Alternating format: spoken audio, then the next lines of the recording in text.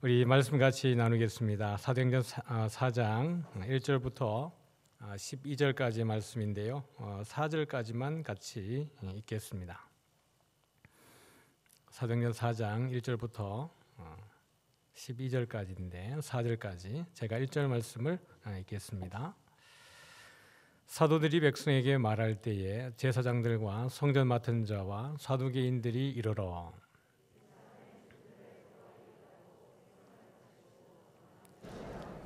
그들을 잡음에 날이 이미 저물었으므로 이튿날까지 가두었으나 말씀을 들은 사람 중에 믿는 자가 많으니 남자의 수가 약 5천이나 되었더라. 아멘.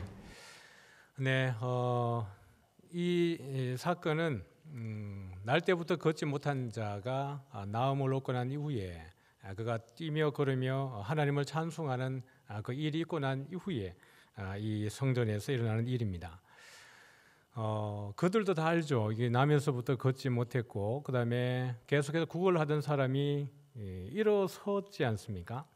그럼 기적이 나타나면 뭔가 큰 변화가 일어나고 이들의 전도가, 이들이 믿고 있는 것이 참이다라는 것이 증명되어지는 것 같은데, 오히려 이것들에 대해서 싫어하고 반대하고 또 어려운 상황들이 생겨지는 것이죠. 분명히 우리가 살아가는 가운데도 믿지 않는 이들이 볼 때에도 야, 그 기적 같은 일이다. 어떻게 너에게 그런 일이 일어날 수 있지? 라고 분명히 이야기할 것 같은데 오히려 마음이 강팍해지고 오히려 믿지 않고 핍박하고 그런 현장들을 많이 볼 수 있는 것이죠. 오늘 여기 보면 사도들이 백성들에게 말할 때 이 나은 사람으로 인하여서 솔로몬 행각에서 또 그 성전 주변에서 여러 가지 이렇게 소란스러운 일들이 일어났습니다. 그들이 베드로가 말하기를 너희가 생명의 주를 죽였다라고 이야기를 했고 그 예수께서 부활하셨다라고 이야기했는데 베드로나 요한은 그들에게 이야기하기를 너희가 알지 못하여서 그렇게 했기 때문에 너희들이 회개하고 돌아와서 예수님을 믿고 권능을 받으라라고 이야기를 하는 것이죠. 그런데 거기에서 말하는 부분들에 있어서 이들이 듣기 싫었던 부분이 뭐냐면 예수 안에 부활이 있다. 이 이야기를 듣기를 싫어했습니다. 1절에 보니까 제사장들이 있고 성전 맡은 자가 있고 사두개인들이 있습니다. 이게 특별히 사두개인은 여러분 부활을 부정하는 자들이죠.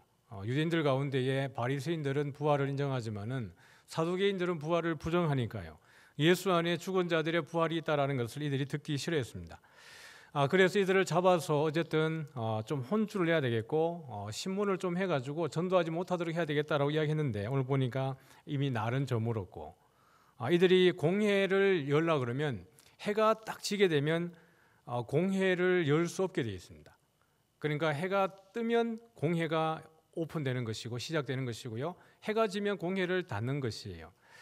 이들이 그냥 관습이기 때문에 여기도 보면 그들을 잡음에 날이 이미 저물었으므로 이튿날까지 어떻게 했다고요? 가두었다라고 이야기하고 있습니다. 공회를 열지 않았다라는 이야기예요. 그럼 공회는 그냥 해가 뜨면 공회가 이루어지는 거죠.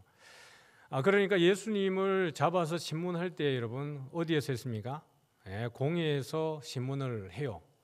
그것은 이들이 불법을 저지르고 있다라는 것입니다. 그들의 관습을 어기고 그 다음에 사형에 처할 수 있는 죄라고 판정이 되어지면 다시 한번 이 공회를 열어서 재신문을 하고 최종적으로 확정하게 되어져 있는데 예수님을 십자가에 못 박기 위해서 그 죄를 물을 때에는 재심을 진행하지를 않습니다. 그러니까 유대인들이 자기들의 관습을 스스로 어기면서까지 예수님을 급하게 십자가에 죽이는 일에 내몰았던 것이죠.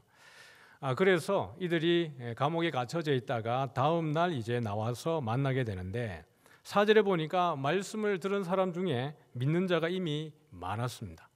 오순절 성령의 놀라운 그 역사. 그러니까 여러분 경건한 사람들은 모세의 율법과 선지자들의 글과 그 시편에 있는 글들을 온전히 믿었던 경건한 유대인들, 껍데기만 무늬만 유대인들이 아니라 신실하게 그 말씀을 지키려고 했던 자들, 그들은 베드로의 이야기를 듣고 요한의 이야기를 들을 때에 마음에 찔림이 일어났고 예수 믿는 놀라운 변화가 있었습니다. 그래서 사도행전에서는 그 천하 각국에서 몰려온 경건한 유대인들이라고 하는 표현이 그러한 의미인 것이에요. 그러니까 여기 보니까 이미 많은 사람들이 믿었는데 남자만 몇 명이에요? 5천 명이에요. 그러니까 우리 예수님께서 오병이어를 일으키셨을 때 거기서 그 보리떡 5개, 물고기 2마리를 먹은 사람이 몇 명이었다고요? 장정이 5천 명이었다라고 이야기를 하는 걸 보면 여기에 예수 믿은 사람들도 남자만 5천이니까 더 많은 사람들이 예수 믿는 역사가 일어나는 것을 볼 수 있겠죠. 그러니까 여러분 이 상황을 보면 지금 예루살렘은 거의 뒤집어진 겁니다. 부흥의 물결이 완전히 이 예루살렘을 뒤흔들고 있다고 해도 과언이 아닌 것이에요. 그러면 여러분 이것을 목격하는 제사장들이나 성전 맡은 자들이나 사두개인들 입장에서는 어떤 상황을 느낄까요? 위기라고밖에는 말할 수 없는 것입니다. 어찌됐든 여기에 말하는 이 예수의 제자들, 그 기도했던 사람들을 그들이 잡아서 뭔가 본보기를 보여줘야 되는 거예요. 그래서 여러분 5절과 6절 한번 볼까요? 우리 5절과 6절입니다. 같이 읽을게요. 시작. 이튿날 관리들과 장로들과 서기관들이 예루살렘에 모였는데 대제사장 안나스와 가야바와 요한과 알렉산더와 및 대제사장의 문중이 다 참여하여. 그럼 여기 어디에 참여한 걸까요? 이 공회에 참여를 한 거겠죠. 그러니까 여러분 이게 안나스와 가야바는 대제사장입니다. 장인과 사이 관계죠. 그러니까 안나스가 먼저 대제사장이었고 지금 아마 대제사장은 가야바가 될 겁니다. 근데 안나스가 이미 정경 대제사장, 우리 현의 말로 정경회장 이런 거 있지 않습니까? 그러니까 정경 아마 대제사장이 될 텐데 영향력은 여전히 강력한 거예요. 공회에 들어가게 되면 기본적으로 70명이 거기에 참여를 하고 그게 가장 핵심적인 대제사장이나 그 공회를 맡는 그 의장이 한 명 있으니까 기본적으로 71명이 이 공회 안에 들어오게 되는 겁니다. 그러므로 그 이제 피고가 들어가 있는 자리는 그 가운데에 둘러싸여져 있게 되는 거예요. 이렇게 되는 거죠. 제가 이게 대제사장으로서 공회에 이렇게 장이라면 딱 이렇게 있으면 이쪽에 35명, 이쪽에 35명이 딱 앉아 있고 여기에 중간에 이제 베드로와 요한이 불려 나오게 되는 거죠. 여러분 대제사장과 그 가문들이 함께 모였고 장로들이 모였으며 이 성전 맡은 자들이 여기에 모였다라고 이야기할 때 여러분 이 베드로와 요한의 마음은 어떡할까요? 여러분 같으면 어때요? 이 상황이 전도하다가 지금 불려왔는데 상황은 이 재판석에 세워지는 것이고 이 공회를 통해서 누가 죽었습니까? 예수님이 죽었습니다. 여러분 이 공회를 통해서 조금 있다 누가 죽게 될까요? 스데반이 죽는 거예요. 그럼 여러분 이 공회는 그냥 신문하고 내보내는 정도가 아니라 생사 여탈권이 여기에 달려 있습니다. 실질적으로. 그러니까 베드로와 요한이 이 자리에 들어왔을 때 이들은 이미 자기의 목숨을 내어놓고 들어오는 것입니다. 1대1 전도여도 쉽지 않은데 말입니다. 그렇죠? 제가 20대 초반 때 군대 전역하고 나가지고 교육전사 때였습니다. 교육전사 때 주일 사역을 마치고 겨울이 될 때입니다. 사역 마치고 주일날 집으로 자취방으로 돌아가다가 인사사고를 했죠. 교통사고를요. 그 어둠과 빛, 이게 낮과 저녁이 겹치는 그 시간이 있지 않습니까? 가장 그때가 애매하다 그러지 않습니까? 실제로 그때 잘 보이지 않았어요. 근데 앞으로 가던 오토바이가 갑자기 길에서 2차선에서 탁 서버린 겁니다. 경산에서였는데요. 2차선에서 오토바이가 탁 서버리니까 뒤에서 어떻게 해요? 아토스를 타고 가다가 1차선으로 쑥 들어간 겁니다.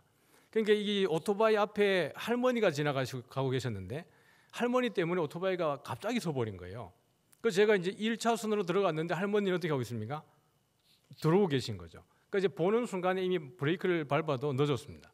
할머니를 그냥 치워버린 겁니다. 그러니까 퉁 하고 해서 할머니가 저기 앞에까지 굴러 떨어지신 거죠.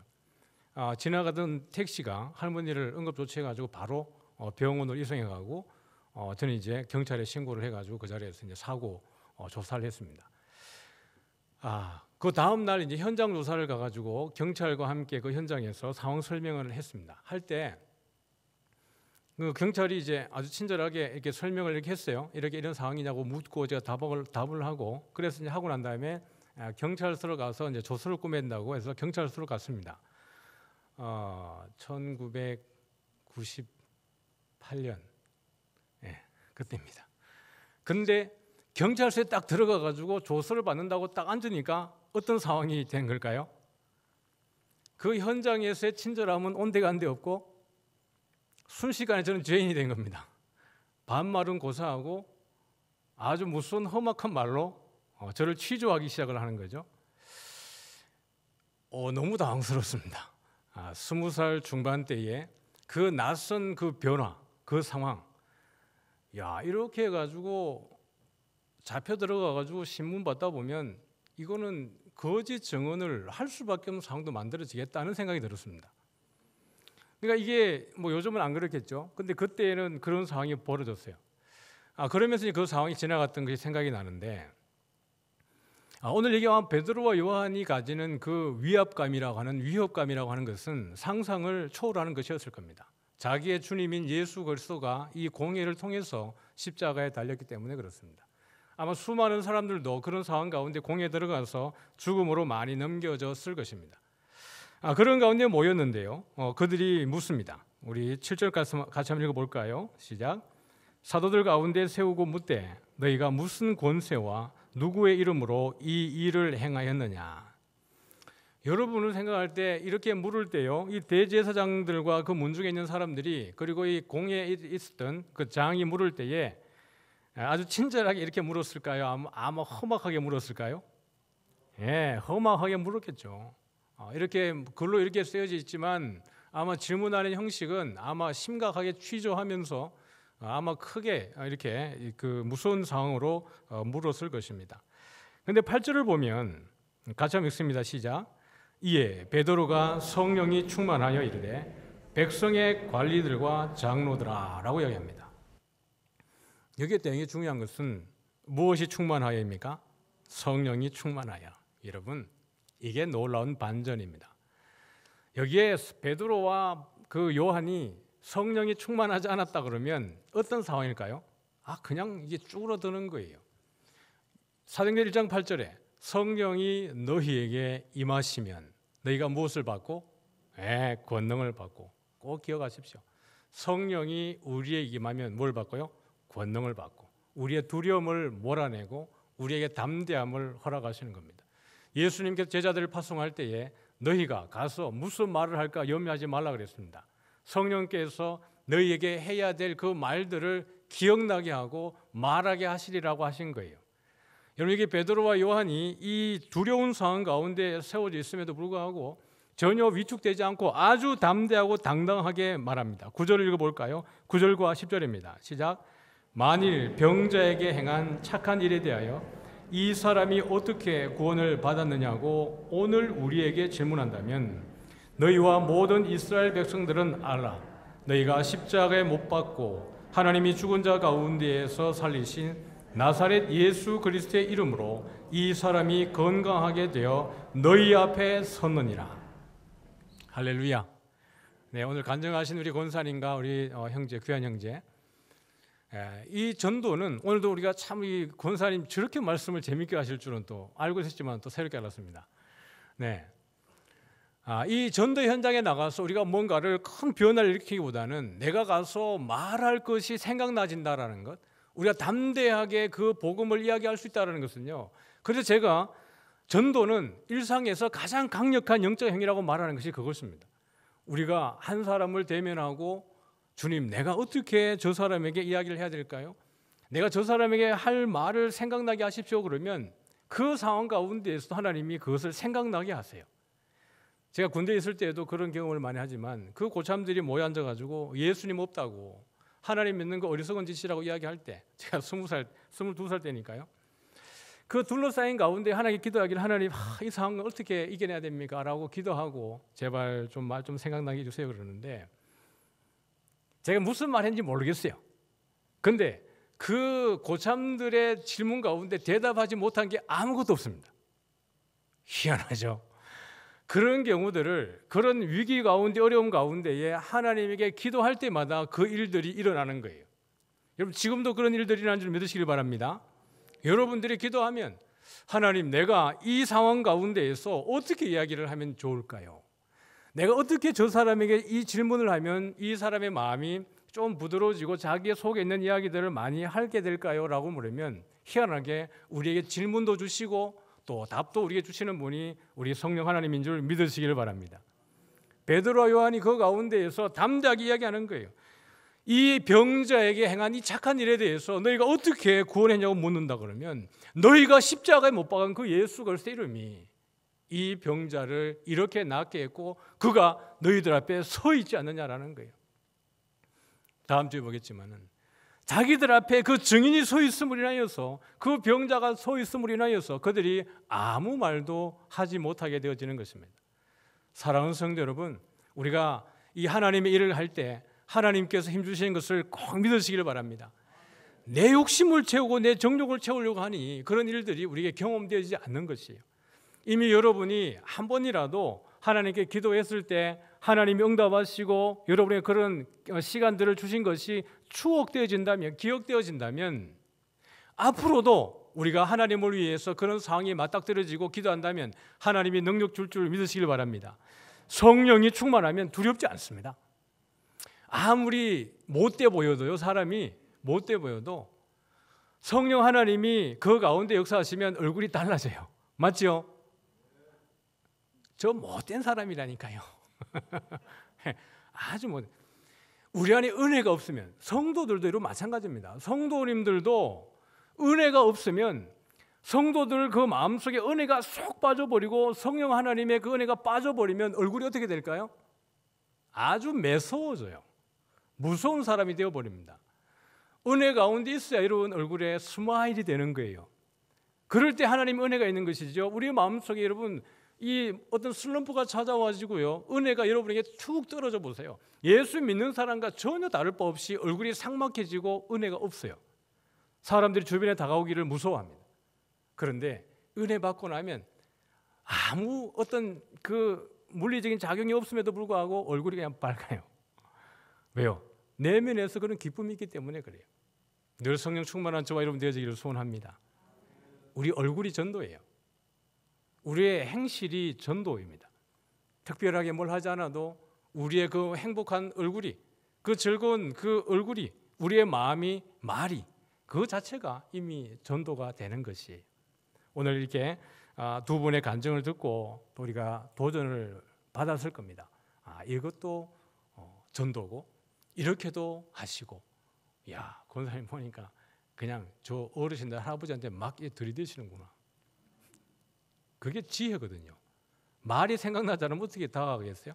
근데 가는 순간 말이 생각나잖아요. 저는 이게 말을 잘하는 분들에 대해서 되게 이게 부러워하는 게 있습니다. 저는 말을 잘 못해요. 한번 말씀드린 적이 있죠. 제가 제일 부러워하는 분은 택시 기사들이에요. 아니, 이분들은 너무 말을 잘하세요. 너무 많이 알아요. 저는 아는 게 별로 없으니까 말을 잘 못해요. 듣는 거를 잘하는 거죠. 설교는 그냥 제가 하나님의 주신 은사니까 설교를 하는 거고요. 평상시에는 제가 말 주변이 별로 없어요. 그런데 전도를 하다 가다 보면 하나님이 거기에 생각나게 하세요.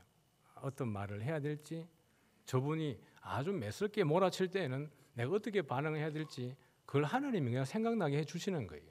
그러므로 여러분 성령 충만한 가운데에서 우리가 함께 전도인이 되고 또 복음을 전하는 저와 여러분 되어지기를 주의 이름으로 축복합니다.